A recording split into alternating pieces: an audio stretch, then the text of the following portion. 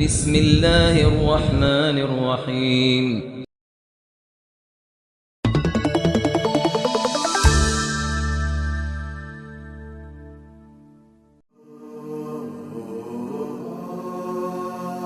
نقدم لكم الرعاية الصحية اللازمة.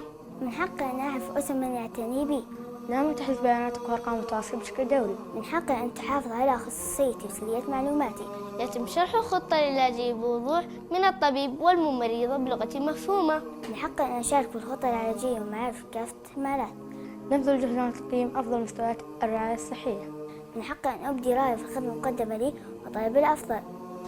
نحن نهتم بكم. حقوق الطفل المريض.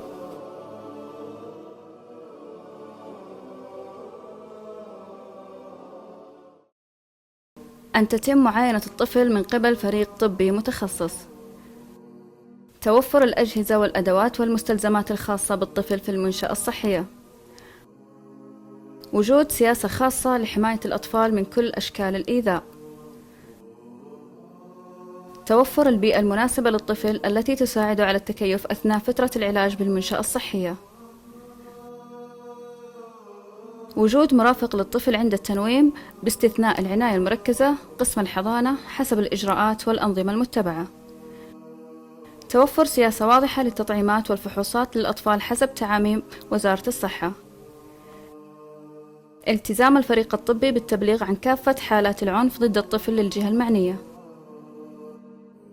عدم التحفظ أو عزل الطفل ما لم يكن ذلك ضروريا من الناحية الطبية.